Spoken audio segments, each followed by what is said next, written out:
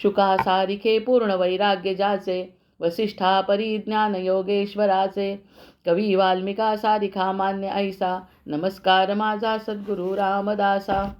ऋषिकल्पम रामभक्तम आदौ नारायणं विष्णुं ब्रह्मण्यं च वसिष्ठकम्, आदौ नारायणं विष्णुं ब्रह्मण्यं च वसिष्ठकम्, आदौ नारायणं विष्णुं ब्रह्मण्यं च वसिष्ठकम्, आदौ रामतपोवनादिगमनं हत्वा मृगङ्काञ्चनं, वैदेहीहरणं जटायुमरणं सुग्रीवसम्भाषणं, वालीनिर्दलनं समुद्रतरणं लङ्कापुरीदाहनं, पश्चाद् रावणकुम्भकर्णहननम् एतद्धि रामायणम्.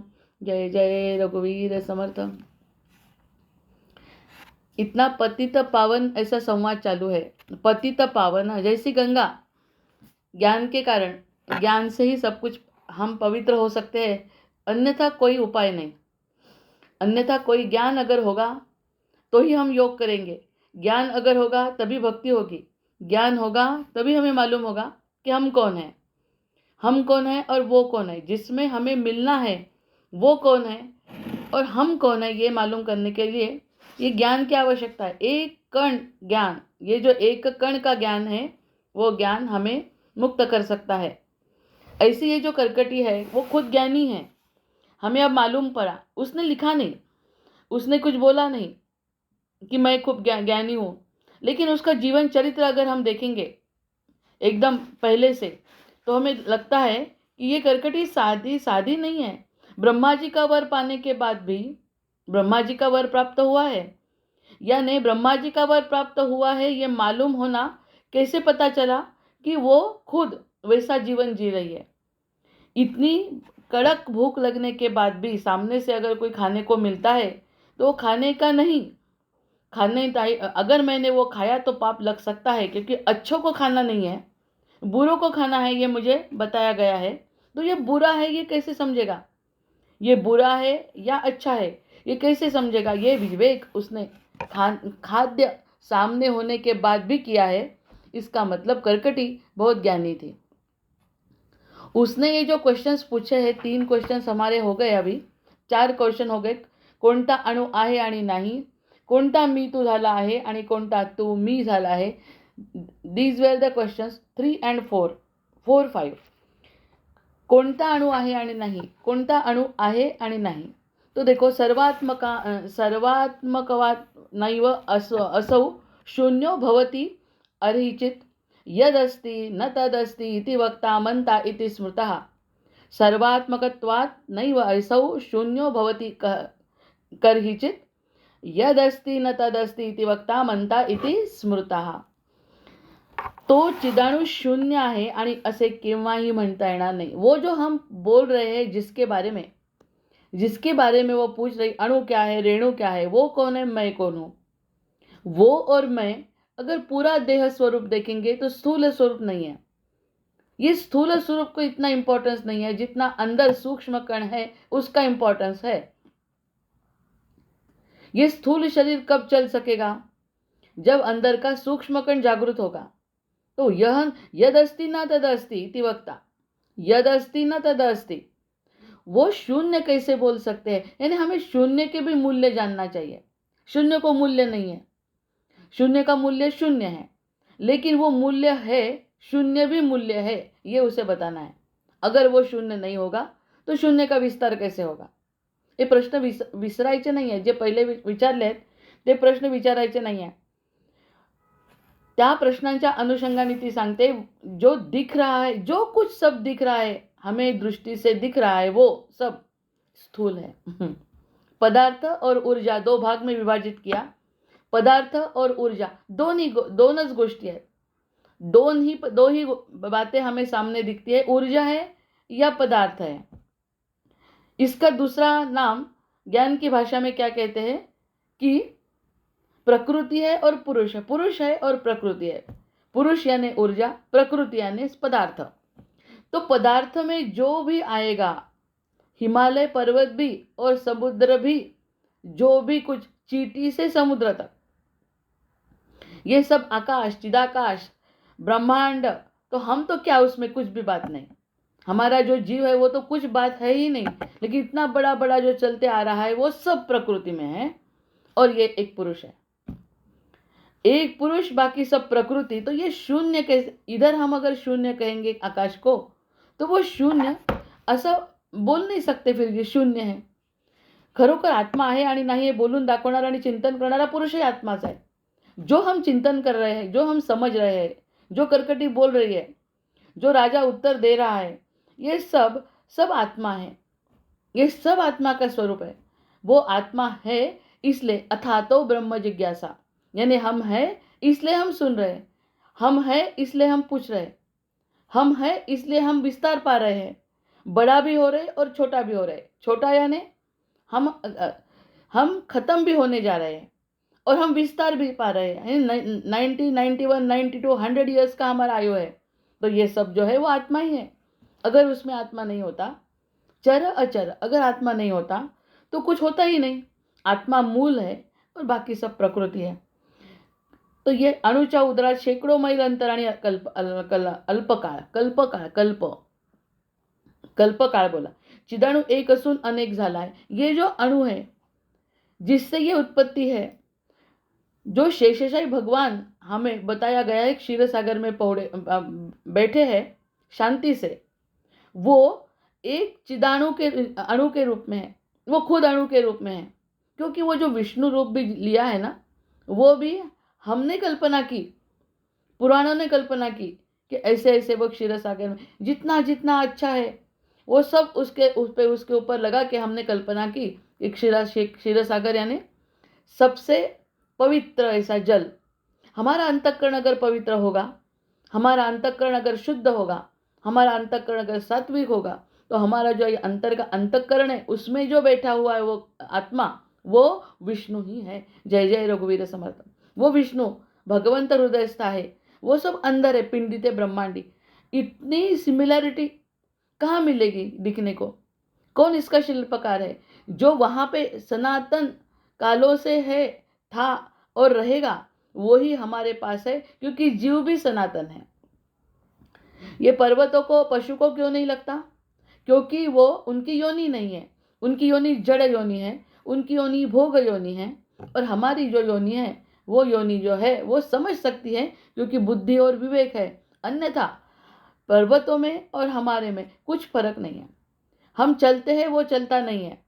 इतना ही फर्क करके रखा है ये चिदाणु. ये जो चिदाणु एक था, उसके ऐसे अनेक प्रकार हुए. हम कल्पना कर सकते हैं अभी एक अणु, उसके अनेक. और ये भी बात बता रही है वो, कि ये राजा बता रहा है, ये जो मैं बता रहा हूँ ये खाली ये ब्रह्मांड का नहीं, खाली यही ब्रह्मांड में ये चल रहा है ऐसा नहीं.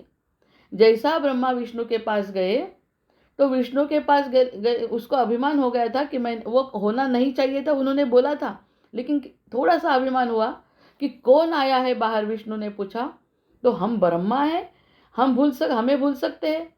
ऐसा पूछ के जब वो अंदर जाते हैं तो देखते हैं एक ब्रह्मा नहीं, ऐसे अनेक ब्रह्मा है. कोई 10 साल का है, कोई 100 साल का है. ऐसे अनेक ब्रह्मा उसके सामने बैठे हैं, विष्णु के सामने. यानी किसका हम अहंकार करेंगे? ब्रह्मा अगर कर नहीं सकता तो हम क्या अहंकार करेंगे? हमें लगता है हमने हमारी कुटुंब की स्थापना की, हमने ये किया, हमने वो किया. अरे जिसकी उत्पत्ति ब्रह्मा ने की है, उसके ब्रह्मांड की उत्पत्ति जिसने की, वो उसके सामने शून्य है. यानी वो शून्य का विस्तार है, और विस्तार शून्य से ज्यादा हो सकता नहीं. एग्जाम्पल देते हैं इसके ऊपर. अगर हमें एक कपड़ा पहनना है किसी को, तो वो कपड़ा हमारे इससे ज़्यादा होना चाहिए, हम है उससे आकार से ज़्यादा होना चाहिए. वैसी बात है इसकी, कि वो अगर खुद विष्णु है तो उससे बड़ा उन्होंने कपड़ा पहना है, और वो कपड़ा पहनने के बाद जो है वो मूल है, उससे बड़ा उन्होंने बनाया. ये बात हमारे कभी भी समझ में नहीं आती अगर वो चिदाणु की संकल्पना हमारे मन में नहीं आती. तो इसलिए क्या हुआ, जो उसने कपड़ा, अगर हम कपड़े का उदाहरण लेंगे, तो कपड़ा अगर देह के ऊपर आया तो देह से बड़ा ही होगा, बड़ा हो सकता है. तो इतना बड़ा कपड़ा, लेकिन पहनने वाला जो देही है वो देह छोटा है, वो अणु है, और उसका कपड़ा उसने बड़ा पहना है, इतना बड़ा पहना है कि हम उसकी कल्पना भी नहीं कर सकते. तो वो जो दिखता है दूसरा, वो दूसरा सब एक ही है, समझता है का? वो दूसरा जो दिखता है अलग, परमात्मा से अलग जो दिखता है, वो शून्य का विस्तार है. कितीही मोठं असू द्या, कितीही मोठं असू द्या, तरी तो शेवटी विस्तार आहे. कशाचा? या शून्याचा. या शून्याचा तो विस्तार आहे. म्हणजे विस्तार, आता काल जे सांगितलं की जय लक्ष्मी आहे, लक्ष्मी त्याचे पाय चेपते आहे, लक्ष्मी उनके पैर के पास पड़ी है, बैठी है, यानी प्रकृति उनके पैर के पास बैठी है. प्रकृति विष्णु के सिवा नहीं रह सकती, लेकिन विष्णु प्रकृति सिवा रह सकता है, वो रहा है. उसके मन में जब आया तब उनने विस्तार किया, अन्यथा वो शांत थे. कल्प के पहले, कल्प की शुरुआत होने के पहले वो शांत थे, लेकिन उनको लगा कि आनंद लेना है तो द्वैत होना, दो होना, इसलिए उन्होंने प्रकृति को तैयार किया शून्य से. यानी प्रकृति इससे कम ही है ना, पुरुष से कुछ भी हुआ तो भी कम है, क्योंकि वो विस्तार है और ये खुद है. ये खुद है, वो विस्तार है. इसलिए दो क्या हो गया अभी? एक प्रकृति हुई और एक पुरुष हुआ. जो भी दिखता है, जो भी नहीं दिखता है, वो सब विस्तार है. और जिससे विस्तार हुआ वो शून्य है. वो शून्य, चिदणु, वो चिदणु है. यानी तू मी तू असं कसं समजेल आता? अब तो समझ में आ गया, क्योंकि उससे ही ये प्रकृति का अगर विस्तार हुआ तो प्रकृति उसका ही अंश है. फिर कहाँ से आया दूसरा? हमारा देह अगर तैयार हो गया, पंचमहाभूतों से देह तैयार हो गया, 2 महीने कुछ नहीं था. माता के उदर में 2 महीने कुछ भी नहीं था. माता को भी मालूम नहीं था कि हमारे पेट में कोई है, गर्भ है, वो उसे भी मालूम नहीं था. वो शून्य का विस्तार है. वो 2 महीने का वो जो कालखंड है. लेकिन बाद में 2 महीने के बाद जो भी लिया वो पंचमहाभूतों से लिया. पृथ्वी, तेज, आयु, आकाश, इससे वो देह बना. तो फिर देह इसका ही हो सकता है. देह जो है वो पंचमहाभूतों से बना है. वो पंचमहाभूतों के बना हुआ देह, वो 2 महीने का जो काल है उससे अलग है क्या? फिर वो कण अंदर आया, इसलिए वो कण का विस्तार हुआ. जय जय रघुवीर सब. वो जो कण ऊपर का था वो ही अंदर प्रवेश किया, यूँ, क्योंकि वो फिर घूमता ही रहता है. आत्मा मुक्त है. जैसा परमात्मा है वैसा आत्मा मुक्त है.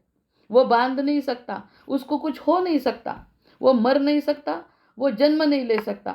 जैसा भगवान का जन्म नहीं होता वैसा वो आत्मा का भी जन्म नहीं होता. जन्म जो होता है वो मर्यादा में जब आता है तब उसका जन्म होता है. वो 2 महीने का कालखंड, यानी वो शून्य का विस्तार शून्य में. लेकिन शून्य का विस्तार होने के बाद ये सब उसको लग गया, पंचमहाभूतों का खेल. तो फिर मैं कौन हूँ? फिर मैं उसका अंश हूँ, और दूसरा मैं जो हूँ वो उसका विस्तार है, वो प्रकृति है. जो देह में मैं दिख रहा हूँ वो विस्तार है, और जो देह के अंदर जो बैठा है वो शून्य है. यानी वो भी शून्य है, ये भी शून्य है. कितनी समानता है ये! इतना बड़प्पन हमें दे दिया है भगवान ने कि जैसा मैं हूँ वैसा ही तू है. वही तो बोलते हैं संत फिर कि उसमें और हमें कोई अंतर नहीं है. वो योग से जोड़ना चाहिए, मन से. कोई शारीरिक योग से जोड़ेगा, कोई कुंडली चक्रों का सहारा लेके जोड़ेगा, कोई मन से जोड़ेगा, कोई भक्ति से जोड़ेगा, लेकिन जोड़ेगा उसको ही जो शून्य का विस्तार है. शून्य हमारे इसमें भी शून्य. और वो शून्य कैसे कह सकते कि उसको फिर शून्य कैसे? शून्य यानी कुछ भी नहीं, लेकिन वो है इसलिए सब है. वो उसको शून्य कैसे कहेंगे? इतनी बड़ी बात बता रही वो. जो शून्य बोल रहे वो शून्य का विस्तार है. यानी हम इधर से बोलते हैं ना पदार्थों में कि एक के पीछे शून्य लग गया तो 10 हो गया, उसके आगे और एक शून्य लग गया तो 100 हो गए. ये पदार्थों का विस्तार है. लेकिन पीछे भी शून्य है. जितना आगे है, अभी सीख रहे गणित में कि पॉजिटिव भी है और निगेटिव है. एक शून्य स्थिर है, उसका पॉजिटिव विस्तार हमें दिखता है, निगेटिव विस्तार हमें नहीं दिखता है. वो कहाँ से आए? कभी भी कहाँ तक जा सकते हैं हम? आत्मा से परमात्मा तक. पहले देह से आत्मा तक, आत्मा से परमात्मा तक, ऐसा उल्टी गिनती. तो इधर शून्य नहीं है क्या? इधर भी शून्य है, उधर भी शून्य है. लेकिन वो जो एक दिखता है वो शून्य हमें लगता है उसका कुछ शून्य मूल्य है. हाँ, उसका शून्य मूल्य है, क्योंकि वो प्रकृति में अभी बैठ गया, प्रकृति में बैठेगा. इसका और सीधा उदाहरण है, विष्णु भगवान शांत मुद्रा में बैठे हैं, क्षीर सागर में.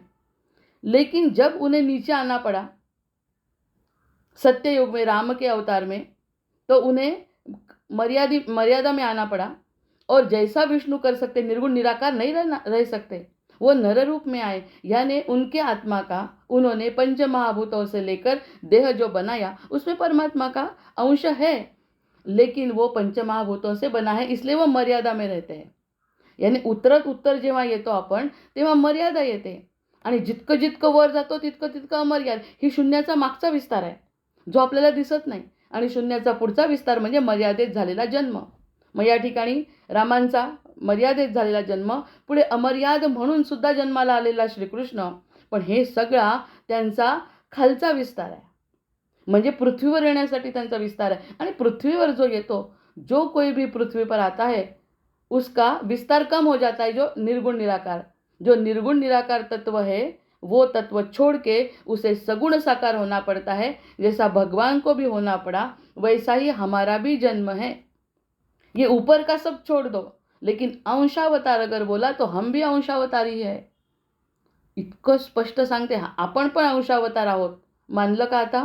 कारण की रामांना जरी यावं लागलं तरी मर्यादेत यावं लागलं, कृष्णांना जरी यावं लागलं, पूर्णावतारात जरी आलो तरी निर्गुण निराकार परमात्मा कृष्ण नाही आहे। म्हणजे कृष्णाचं जे रूप आहे ते निर्गुण रूप, विठ्ठलाचं रूप निर्गुण निराकार नाही आहे।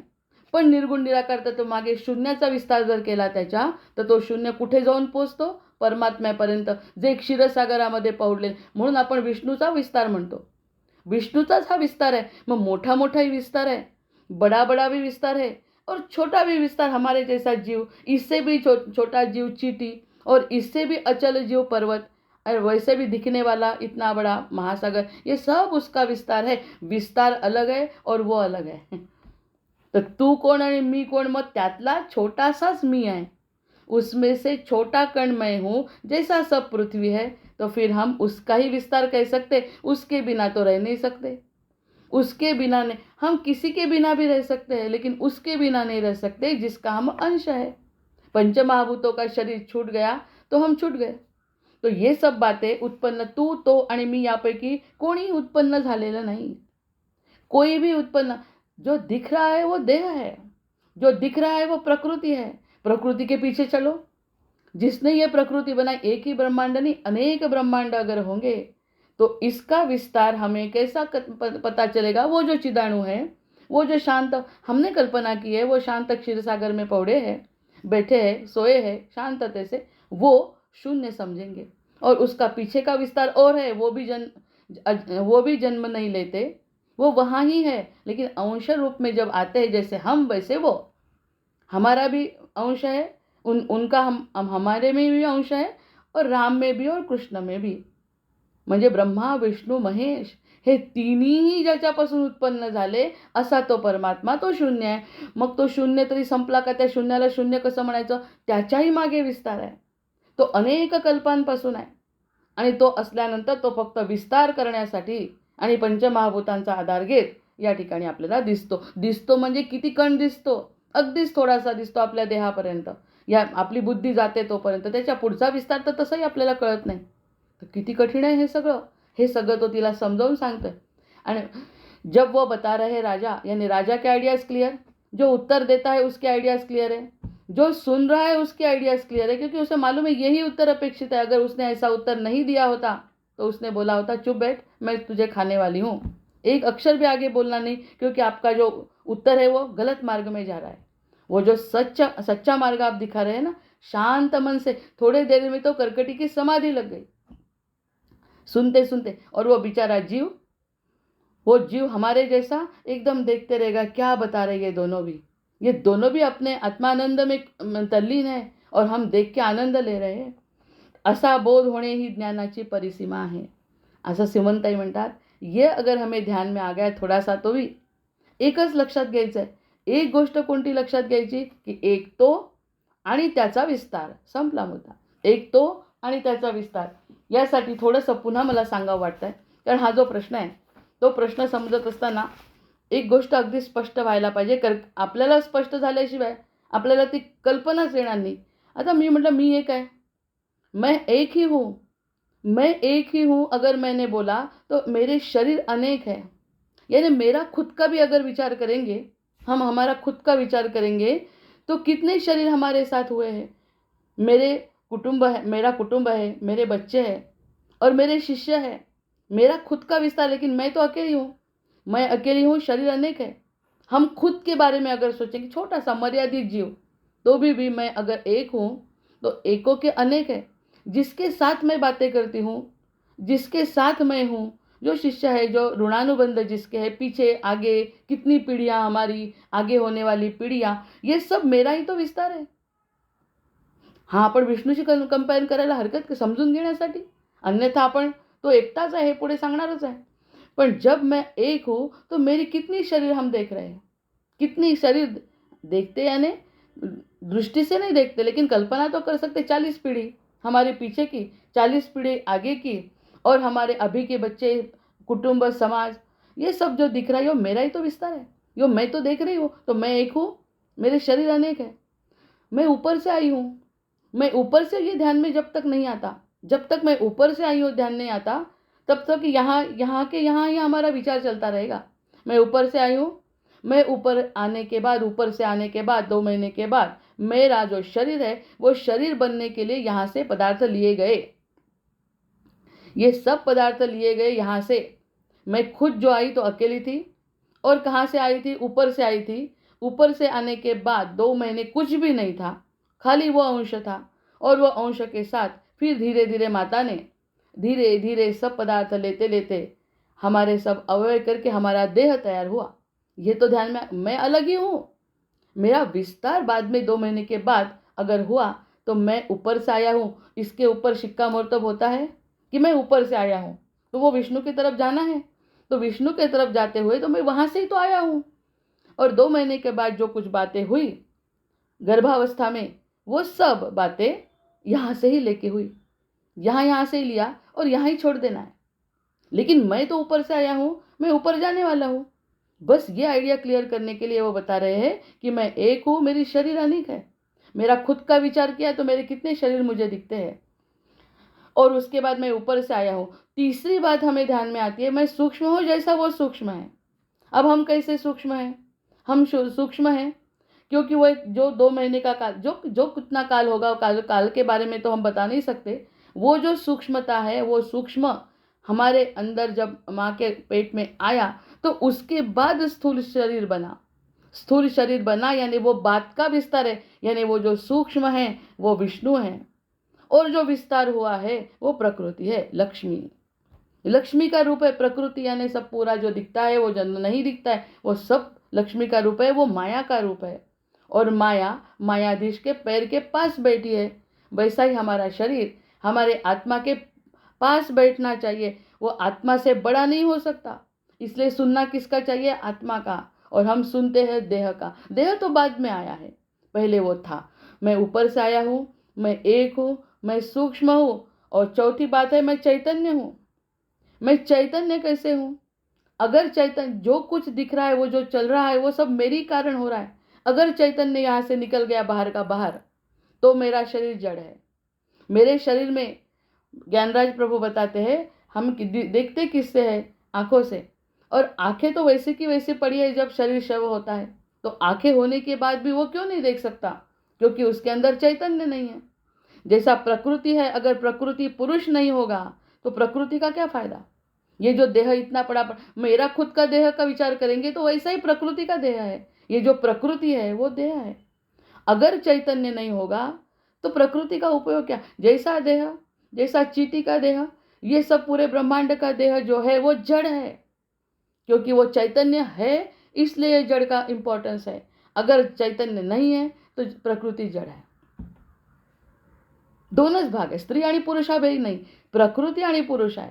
प्रकृति है चैतन्य है, चौथा तो निराकार है। हम विष्णु को हम विष्णु बोल रहे हैं, हम विठल को विठल बोल रहे हैं, हम राम को राम बोल रहे हैं, कृष्ण को कृष्ण बोल रहे हैं। वैसे हम हमें खुद के नाम से पहचान रहे हैं कि मेरा नाम अपर्णा है। जो कुछ हमारा नाम उपाधि हमें मिली उससे हम पहचानते हैं। लेकिन वो जो साकार रूप के बारे में बोल रहे, जो साकार है उसके बारे में बोल रहे की विठ्ठल, आज एकादशी असल्यामुळे आपण विठ्ठलाचा विचार करू की विठ्ठलाला आपण साकार म्हणतोय, पण तो साकार आहे का? नुसता साकार आहे? आता आम्ही पण देह आहे, तोही देहात आहे, साकार आहे। पर साकार होने के बाद भी उसको जो पीछे जाएंगे ना, तो वो निराकार है। वो निराकार की उपासना हम कर नहीं सकते, निराकार को हम समझ नहीं सकते, इसलिए हम साकार रूप में उसकी पूजा करते हैं। पहिले सगुणाची पूजा, मग निर्गुणाची पूजा. पहिले सगुणाची देहाचा समज आणि मग आपल्या स्वतःच्या आत्म्याबद्दलची समज. पण आत्मा शोधणं सोपं नाही, कारण आत्म्याच्या क्वालिटीजच कशा आहेत. या क्वालिटी आहे, मैं बिंदु हूँ, मैं बिंदु हूँ, तो वो शरीर बड़ा है. मैं बिंदु रूप में हूँ, बिंदु रूप में इतना सा कण, कण भी है कि नहीं मालूम नहीं, क्या है, हवा है, कण है, क्या मालूम नहीं, वो जो बिंदु है, लेकिन वो जो बिंदु में समाविष्ट हुआ हुआ जो है वो बड़ा है. यानी चींटी का भी होगा तो भी बड़ा ही है, हाथी का होगा तो भी बड़ा ही है, हमारा होगा तो बड़ा है, विष्णु का होगा तो भी बड़ा है, लेकिन बूंद से तो ज़्यादा ही है, बिंदु से तो ज़्यादा ही है. लेकिन बिंदु नहीं तो जड़ नहीं, जड़ उससे बड़ा है दिखने में. वैसा वो कितना बड़ा है, यहाँ से कितना विस्तार उसने किया, लेकिन जो जीव जन्मा जो जीव दिख रहा है वो बिंदु से बड़ा है. यानी वो खुद कुछ बार बताता है कि मैं बिंदु हूँ, आप मेरे से बड़े हैं, जल्दी से जल्दी मुझे आके मिल जाओ, क्योंकि आप मुझसे बड़े हैं, क्योंकि जो मैंने आपको जीव दिया है वो मुझसे बड़ा दिया है. काही काळाकरता जो दिला आहे तो थोडा मोठा दिला आहे. मी ऊर्जा आहे आणि तो पदार्थ आहे. ह्या सगळ्या गोष्टी जेव्हा कळतील तेव्हा आपल्याला लक्षात येईल की तो कोण आहे आणि मी कोण आहे.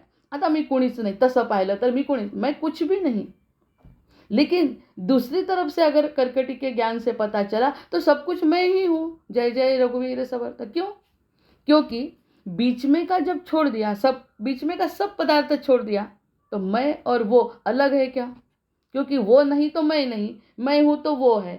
तो बीच में का जो संसार पड़ा है माया, वो माया को अगर छोड़ दिया तो मायाधीश और मैं, मायाधीश को नाम हम दे नहीं सकते अभी कि ये विष्णु है, ये राम है, विट्ठल है, ये भी नहीं बोल सकते, क्योंकि वो जो कण है, वो कण विट्ठल में, राम में, कृष्ण में, सभी में है, तो वही हमारे में है. लेकिन अवतार छोटा है, बस इतना ही फर्क है. लेकिन उसने कुछ अलग नहीं छोड़ा. उनके सत्वगुण ज़्यादा, उनका अवतार अलग कार्य के लिए, संतों का अवतार अलग कार्य के लिए, हमारा अवतार समझने के लिए, बस इतना ही फरक है. बाकी तो उसमें और हमें कुछ फरक उसने रखा नाही. या गोष्टीवर स्थिर व्हायसाठी अणूच्या उदरात शेकडो मैल अंतर आणि कल्पकाळ असं म्हटलं आहे. अणूच्या उदरात शेकडो मैल अंतर आणि कल्पकाळ. हा जो कल्पकाळ आहे तो अनेक जन्मांचा आहे, एका जन्माचा नाही आहे. मग वस्तुतः तू, तो आणि मी यापैकी काही उत्पन्न झालं आहे का मग आता? मग नुसतं त्यांनी सांगितलं मी अजन्मा आहे, तो कधी जन्मत नाही आणि तो मरत नाही, आपल्याला पटत नाही.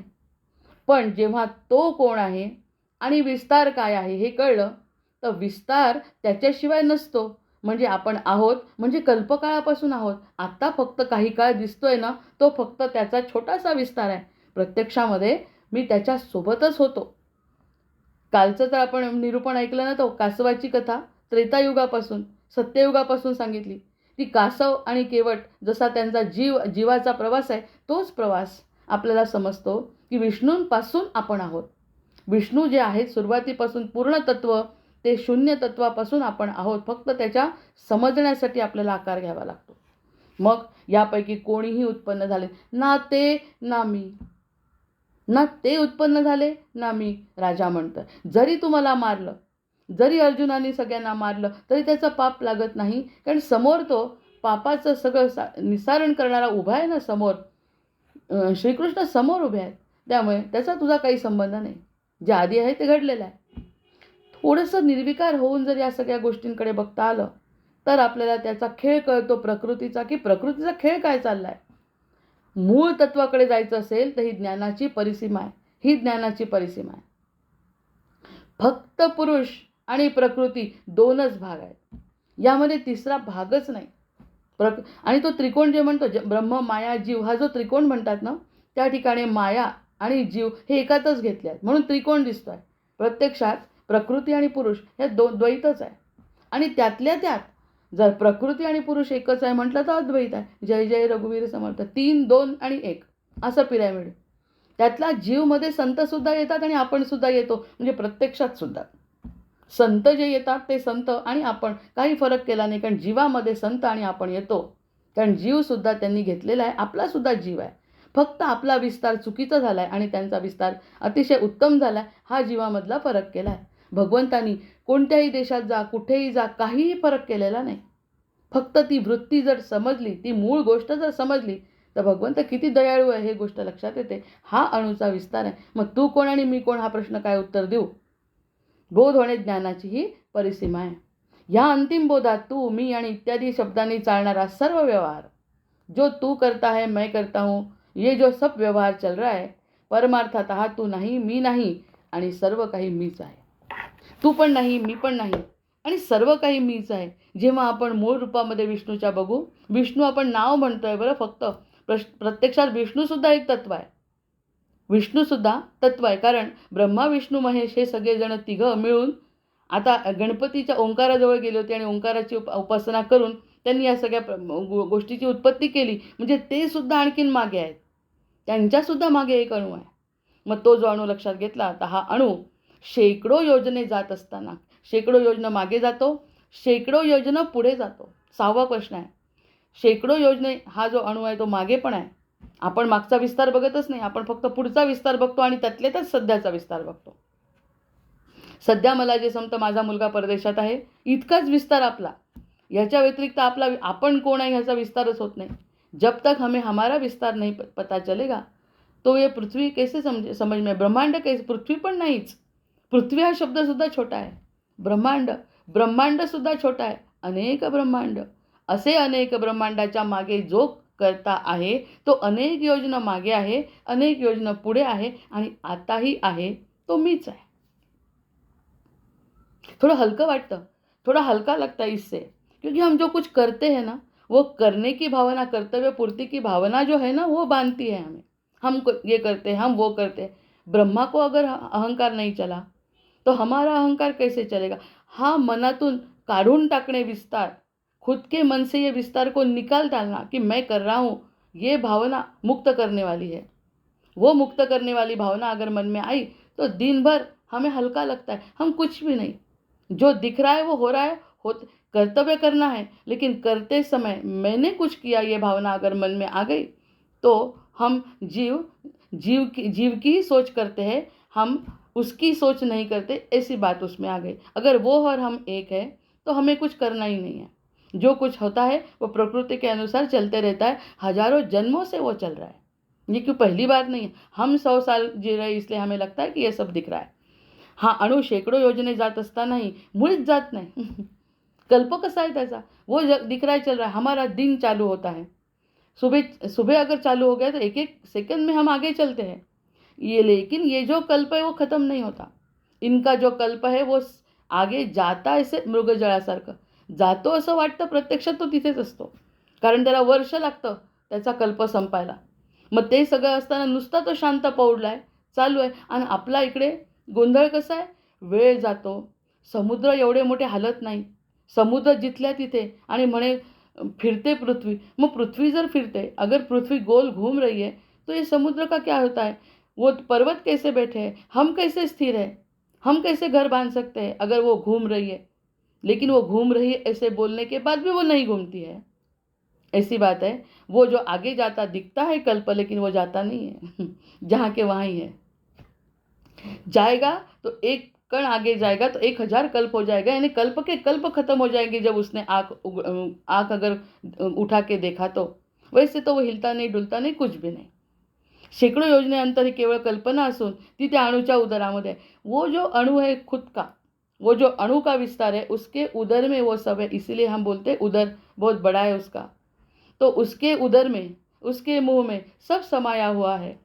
वो शांत है, वो व्यक्ति नहीं है, वो व्यक्ति नहीं है, वो शून्य तत्व है. और वो शून्य तत्व यानी नकारात्मक का भी विस्तार है और सकारात्मक का भी विस्तार है. यानी वो दिखता है ऐसे हमें लगता है. असं आपण मोठा विस्तार जरी सोडला तरी स्वतःबद्दल जरी विचार केला तरी आपल्याला असंच जाणवतं की आधीच खुद के कुछ ना कुछ संस्कार हो गए, इसीलिए तो हमें ये जन्म मिला. यानी ये जो अचानक से हमें अच्छे जगह हम चले गए, अच्छे से हमारा कुटुंब मिला, ये कैसे क्या मिल गया, बाकी को नहीं मिला, हमें क्यों मिला. ये जो विस्तार है वो मेरा पिछले जन्म का विस्तार है. अगर हमें वो जन्म विस्तार तो हम अभी कह नहीं सकते. ज्ञान अगर हुआ तो हम विस्तार नहीं कह सकते. हम विस्तार कह सकते, हमारा विस्तार कहाँ हुआ, जब तक ज्ञान नहीं हुआ तो हमारा विस्तार हुआ ही नहीं। ये तो सब विस्तार चलता रहेगा कुटुंब का, लेकिन हमारा कुछ का विस्तार नहीं हुआ।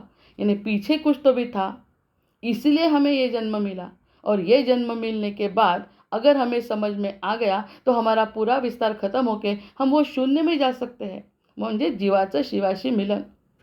ही जी संकल्पना आहे, हा मधला काळ फक्त, हा जो 100 वर्षाचा ज्याला अनन्यसाधारण महत्त्व आपण देतो, अनन्यसाधारण, म्हणजे जसं काही आपण अमर आहोत अशा पद्धतीचं जे आपलं वागणं असतं, त्या वागण्याला एकदम लगाम लागतो, तिथे काहीच हालचाल नाही आहे, आणि ही 100 वर्ष म्हणजे त्याच्यासाठी शून्य आहे. मग या 100 वर्षामध्ये मिळवलं मिळवलं मिळवलं म्हणता ते सगळं इथेच राहणार आहे, आणि जे मिळवलं असं वाटतं ते शून्याचा जर विचार केला तर बाकी ती उदरामध्ये त्याच्याजवळ जे आहे तेच आपल्याजवळ आहे. म्हणजे हा मर्यादित विचार थोडासा बंद करायचा. मर्यादित विचार, बरं, कृती बंद करायला कोणी सांगितलेलं नाही. कर्तव्य, कर्म, कृती, कोणाला देशकार्य करायचं आहे, कोणाला परोपकार करायचा आहे, आपल्या मुलाबाळांचं करायचं आहे, आपल्याला ज्ञान मिळवायचं आहे, हे सगळं करायचं आहे. पण ते करत असताना विचाराने सांगायचं हे सगळं काही महत्त्वाचं नाही आहे. माझं महत्त्वाचं आहे हा योग, की जो त्या शून्यापासून ह्या शून्याला त्या ठिकाणी आपल्याला जायचं आहे. कारण वी आर नॉट बॉर्न, आपण जन्मलेलो नाही. So if we are not born, how can we die? जर आपण जन्मलोच नाही तर मरेल कसा? मरण हे देहाला आहे आणि जन्म हा देहाचा झाला आहे. ह्या सगळ्या स्पष्ट कल्पना राजाने कर्कटीच्या केल्या आहे. आणि तुला जे ज्ञान झालं म्हणतात ते कर्कटीला म्हणतात, ते जे ज्ञान होतं ना, त्यामुळे तू कर्कटी राक्षसीची देवाचा अंश मानल्या जाशील. देवाचा म्हणजे सद्वगुणांचा. देवसुद्धा हा शब्द या ठिकाणी आलेला नाही, कारण देव अजून यायचाच आहे जन्माला. कारण रामचंद्र ऐकतायत, रामचंद्र हे देवत्व आत्तापर्यंत जे जन्म आहेत ना, ते सगळे जन्म आपल्या जन्माच्या आधीच झालेले आहे. म्हणजे ते मत्स्यावतार आहे, कुर्मावतार आहे, हे सगळे आधीच झालेले आहे. आता प्रत्यक्ष रामांचा जन्म होतो आहे, आणि रामांचा जन्म म्हणजे रामाच्या कार्याला सुरुवात होते आहे. तेव्हा सांगतात आहे की अजून देवकार्य, देव हा शब्दच नाही आहे, पण काय महत्त्वाचं आहे त्याचा अंश जर तुझ्यात असेल, रामाला सांगतात, रामा अगर वो उसका विष्णू का अंश आपके अगर अंदर में होगा तो आपको ये सब छोड़ना पड़ेगा. तर त्यांनी काय सोडलं? त्यांनी वनवास पत्करला नाही का? पत्करला. त्यांनी रावणाला मारताना त्रास नाही सहन केला का? केला. त्यांनी सीतेला पळवल्याचं दुःख नाही सहन केलं का? केलं. सगळं करत असताना अंश विष्णूचा राम धरेची दुहिता ती सीता. त्यांना माहीत होतं की अंश विष्णूचा राम आहे, जसा अंश विष्णूचा कृष्ण आहे हे त्यांना माहिती होतं, तसा आपणही त्याचा अंश आहे हे माहीत झालं तर बाकी कर्तव्य कसं प्रारब्धावर घडतं. हा साधा नियम, साधा पण गुह्य असा नियम एकादशीच्या दिवशी कळल्यानंतर काही ना काहीतरी आपल्याला तो आतमध्ये पेनिट्रेट होईल निश्चित. तो स्वतःला जर अंश विष्णूचा राम धरेची दुहिता ती सीता असं म्हणू शकतो, तर आपण सुद्धा अंश विष्णूचा मी असं म्हणून जर आपण विचार केला तर मग स्वअस्तित्व कोणतं आहे ते कळतं. मग ही जी कल्पना आहे ती कल्पना आता कळली. कल्पना आपल्याला करता येते, म्हणजे कर्तव्य करायचं आहे, योग करायचा आहे, त्याचं स्वतःचं कर्म करायचं आहे. पण करत असताना, हे कर्म करत असताना योग जो जोडायचा आहे, मुळात मुख्य म्हणजे हे सगळं कशाच्यामुळे घडतं आहे? तर फक्त तुझ्यामुळे. कारण मी काही जन्माला आलो नाही, त्यामुळे मरण्याचा प्रश्नच नाही. आणि जन्माला येणे म्हणजेच पाप आणि याच्यामुळे पुन्हा जर तसंच झालं तर पुन्हा जन्म देहाला मिळेल. तो आत्मा तसा तळमळत राहील. ज्या आत्म्याला तिथे पोचायचं आहे त्याला आपण पुन्हा जन्म घ्यायला लावू. त्यामुळे मोठ्या विस्ताराचा विचार करून आपण कृतकृत्य व्हायला पाहिजे. स्वअस्तित्वरूप आकाश कोशामध्ये देश आणि काल यांचा समावेश असल्यामुळे ये जो देश है, ये जो काल चल रहा है 7,500 वर्ष, आता जे बोलतो आहे की अजून रामांचा जन्म नाही, रामाचा विस्तार नाही झाला अजून. योगवसिष्ठ वाचतोय आपण. रामांना रामत्व प्राप्त करण्यासाठी जे काही चाललं आहे ते ऐकतोय आपण. पुढे राम झाले आहेत आणि राम कसे झाले हे आपण रामायणात ऐकतो. पण रामायणामध्ये ऐकत असताना त्याचा परिणाम त्यांच्यावर कशाचा परिणाम झाला हे आपण ऐकतोय. अजून राम हे राम म्हणून प्रसिद्ध झालेले नाही आहे. राम 18च वर्षाचे आहेत अजून. त्यावेळी सांगितलेला वसिष्ठांचा हा जो संवाद आहे तो म्हणजे शून्याचा विस्तार सांगतायत. शून्य म्हणजे तू बाबा रे विष्णू आहे. तू विष्णूची जागृती कर. मग आईने जरी तुला घराच्या बाहेर काढलं तरी त्याचा चांगल्या पद्धतीने अर्थ काढ. आपका जो स्मित है, हास्य है, वो ढलना नहीं चाहिए, ये उसको बताया वशिष्ठ ने. इसीलिए रामायण हो गया. और रामायण होने के बाद भी राम अवतारच आहे, ते पूर्ण नाही. म्हणून त्यांना नर अवतार घ्यावा लागला. आपण जसा नर आहोत तसेच ते नर आहेत. तसेच विष्णूसुद्धा, तसेच कृष्णसुद्धा आलेले आहे गोकुळात. मग गोकुळामध्ये काही लोकांना समजलं की तो अवतार म्हणजे कसा पूर्ण अवतार आहे, काही लोकांना नाही समजलं. काही लोकांना मारावं लागलं, काही लोकांशी प्रेम करावं लागलं. या सगळ्या गोष्टी आपापल्या संस्कारांमध्ये, कारण की कालचा जर एपिसोड ऐकला तर आपला जीवाचा कसा आपला प्रवास होतो ते सगळं त्या एपिसोडमध्ये आहे. मी टाकते आज. आपल्या कासवाचा जसा प्रवास आहे तसा जीवाचा प्रवास आहे, हे स्पष्ट त्या ठिकाणी, म्हणजे कल्पाचा फरक पडत नाही. जसा ब्रह्मदेवाला काय आपल्याला सुद्धा पडत नाही, म्हणून आज या ठिकाणी आपण हे सगळं ऐकू शकतो. अन्यथा काल हा विषय जर लक्षात घेतला असता तर आपल्याला ह्या गोष्टी समजल्याच नसत्या. कारण कालाला काही फरक पडत नाही. तुझी मुक्ती महत्त्वाची आहे, केव्हाही हो, ह्या जन्मी नाही पुढच्या जन्मी, ह्या कल्पात नाही पुढच्या कल्पात. पण तो होता आहे आणि राहणार आहे, तसेच मी आहे, मी होती आहे आणि राहणार आहे. हे संबंध जोपर्यंत समजत नाही तोपर्यंत तुला या विस्ताराचा कल्पनाच येणार नाही. तू फक्त मर्यादित अवस्थेत विचार करशील. असं विक्रमादित्य राजाने आपल्या कर्कटीला सांगितलं. तो कधी येत नाही, तो कधी जात नाही. वास्तविक तो जात नाही, आलेला असलं ते तो कधी येत नाही. अभी हमें सामने आ गया कि राम अगर आया, आए हैं राम, कृष्ण आए हैं. जितने जितने अवतार हो गए, ऋषी मुनी सब, हम भी, आपल्यालाही वेगळं ठेवलं नाही त्यांनी. सगळे जे आले असं वाटतं पाण्याच्या बुडबुड्यासारखे आले, असं वाटतं 100 वर्ष राहिले आणि गेले.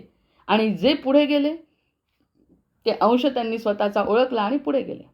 आणि ज्यांनी नाही ओळखला ते पुन्हा जन्माला आले. कोणी भक्ती मागितली तर भक्ती मार्गात आले, कोणी ज्ञान मागितलं तर ज्ञान मार्गात आले, कोणी सांगितलं मला काहीच नको, आता गर्भवास नको, मला समजलंय मी त्याचा अंश, मी मुक्त होतो, तर मुक्त झाले. असं कल्पानुकल्पांपासून किती विरळे लोक असतील हे सगळे, म्हणजे किती कमी लोक असतील हे. ही संकल्पना जर कळत असेल योगवसिष्ठाची तर हे लोक किती कमी असतील. या ठिकाणी कुणीही कर्म करू नये असं म्हटलेलं नाही. कर्म करत असताना मुक्ती आहे, फक्त ज्ञान झालं पाहिजे. हे ज्ञान जर झालं तर बाकी या सगळ्या गोष्टीतून व्यक्ती जन्मलाच नाही तर मरेल कसा इथपर्यंत येऊ शकतो. आम्ही जर जन्मालाच आलो नाही तर मरू कसं. आणि प्रत्यक्षात ज्या रूपाने आम्ही समजतोय तो देह, त्यामध्ये असलेला जो आत्मा, तो आत्मा म्हणजेच तो आहे. हे कळल्यानंतर आता बाकी माझाच विस्तार मी पाहते. हा माझाच विस्तार आहे. जो आतापर्यंत कुटुंबाचा पाहत होतो, जो फक्त देशाचा बघत होतो, तो सगळा विस्तार माझाच आहे. माझ्या 40 पिढ्या, माझ्या पुढच्या 40 पिढ्या, इतका जरी देहाचा विस्तार बघितला तर त्या विस्तारातून सुद्धा विस्तार करता कोणीतरी आहे हे जेव्हा लक्षात येतं तेव्हा जीव म्हणतो त्याचा मी आहे. मग त्याचा मी आहे तर विस्तारही माझाच आहे. वडिलांची जशी संपत्ती आपल्याला मिळते सर्वसाधारणपणे, आई वडिलांचं ज्ञान आपल्याला मिळतं, आपोआप संपत्ती आपल्याला मिळते, तसंच त्याचे जे गुण आहे विस्ताराचे ते सुद्धा आपल्याला मिळते. आणि जोपर्यंत त्याचे गुण हा विस्ताराचा आपण घेत नाही तोपर्यंत आपला विस्तार शक्य नाही. आपण जन्मलो नाही म्हणून मरण्याचा प्रश्न नाही. आपण जन्मलो असतो, जेव्हा जन्मलो होतो तेव्हा आपल्या या शरीराला मरण आहे. प्रत्यक्षात मी जन्मलो नाही, कारण तो जो बिंदू आहे तो बिंदू म्हणजे मी आहे. प्रत्यक्षात त्याच्या कर्माप्रमाणे मिळालेला हा देह आहे. स्थिर नसताना तो अणू स्थिर आहे. आता स्थिर नाही म्हणतात, फिरत राहतो तरी तो स्थिर आहे. जेथे जावायचे ते स्थलच जर आपल्या शरीरामध्ये असेल, जहाँ जाना है, हम कितना ढूंढते हैं, इधर जाए उधर शांति मिलेगी, उधर शांति मिलेगी, उधर मैं कौन हूँ मुझे पता चलेगा, अगर गंगा स्नान किया तो मुझे पता चलेगा, वृंदावन जाएंगे तो पता चलेगा. हाँ, मिलेल ही कदाचित, ऐसा मिल नहीं सकता ऐसा भी नहीं, लेकिन खाली उधर ही है वो, ऐसी कुछ बात नहीं. तो वो बता रहे जावायचे स्थल जर आपल्या शरीरामध्ये असेल, जिथे जायचं आहे ते इथेच आहे. जंगल जंगल ढूंढ रहा है मृग अपनी कस्तूरी को, कितना मुश्किल है तय करना खुद से खुद की दूरी को. वृंदावनात जाऊ शकतो पैसा खर्च करून, त्याचाच पैसा घ्यायचा आणि खर्च करून जायचं, आणि तिथेही जाऊन जर चिडचिड करून रडरड करून वापस आलो तो उपयोग काय. आणि एखादा पैसा नाही, काही नाही, संतांजवळ काही नव्हतं, तरीसुद्धा यहाँ के यहाँ रहने के बाद भी वो मुक्त अवस्था कर सकते. येई तो सोय सगळ्यात मोठी भगवंतानी ही सगळ्यात मोठी केली आहे. स्थिर नसताना अणु स्थिर आहे. आणि शरीरामध्ये असलं स्थल जर आपल्या शरीरामध्ये असेल तो हमें आगे और जाने की क्या ज़रूरत है. काहीच नको मला, नथिंग इज इन डिमांड, काहीच मला मागायचं नाही, कुछ भी हमें नहीं चाहिए, क्योंकि जो कुछ है उसका जो सब मेरे पास है, मेरा उसका मैं विस्तार हूँ, मैं भी विस्तार रूप से ही सबको देखता हूँ. तो फिर आया क्या बीच में. आपल्या जवळ चिकटलेला बालक दूर कुठेतरी आहे असे समजून त्याची आई त्याला शोधायला जाईल का. अगर उसके पास ही बालक बैठा है, उसका दूध पी रहा है, उसने लिखा है कि एक बालक माता का दूध पी रहा है, यानी उसका सब उपयोग कर रहा है माता का, तो माता ऐसे बोलेगा कि मेरा बालक कहाँ गया? ऐसे कैसे बोलेगी? वो जो है दिख रहा है ना, वो सब प्रकृति में जो बैठा है, हम जो जीव है, जो सब दिख रहे हैं, वो मेरा ही प्रकृति का उपयोग कर रहे हैं। जैसे माता का दूध वो बच्चा पी रहा है, वैसे ही प्रकृति का उपयोग हम लोग कर रहे हैं ना, तो वो कैसे बोलेगा कि हमसे दूर है? वो नहीं बोल सकता, हम बोल सकते हैं, क्योंकि हमें मालूम ही नहीं है माता है। ये माता का दूध हम जो पी रहे हैं, तब हमें मालूम ही नहीं कि वो माता का दूध हम पी रहे हैं, हम उसके ऊपर पुष्ट हो रहे हैं, माता हमें दूध पिला रही है, हमें मालूम ही नहीं है। अगर मालूम हो गया तो माता का दूध पीते पीते माता का सब कुछ बच्चे का है ये उसे भी मालूम हो जाता है, क्योंकि उसका प्यार भी मेरा है, मैं उसका बच्चा हूँ। ऐसा अगर वो बच्चे को मालूम हो गया, माता को तो मालूम ही है ये बच्चा मेरा है। हा पण एक द्वैतातला मोठा सिद्धांत आहे. आईला माहिती आहे हा मुलगा माझा आहे, मुलाला काय माहिती नाही अजून आई कोण आहे. कारण आई जे पाजते तेव्हा ती नकळत पाजते. मग हे जेव्हा नकळत त्याचं करतं, ऐसा ही इतना सारा ब्रह्मांड देने के बाद भी हमें समझता नहीं कि वो देने वाला कौन है, वो माता कौन है। और माता का स्वरूप जैसे हमारे माता का है, वैसा ही उसका स्वरूप है। वो भी मेरे माते के जैसा ही प्यार करता है, उसका ही मैं अंश हूँ। अरे दूध पीते पीते इतना दूध पीते बैठ गया, तो फिर आगे जन्म में फिर से ही दूध ही पीना पड़ेगा, आगे चलेगा ही नाही कुछ.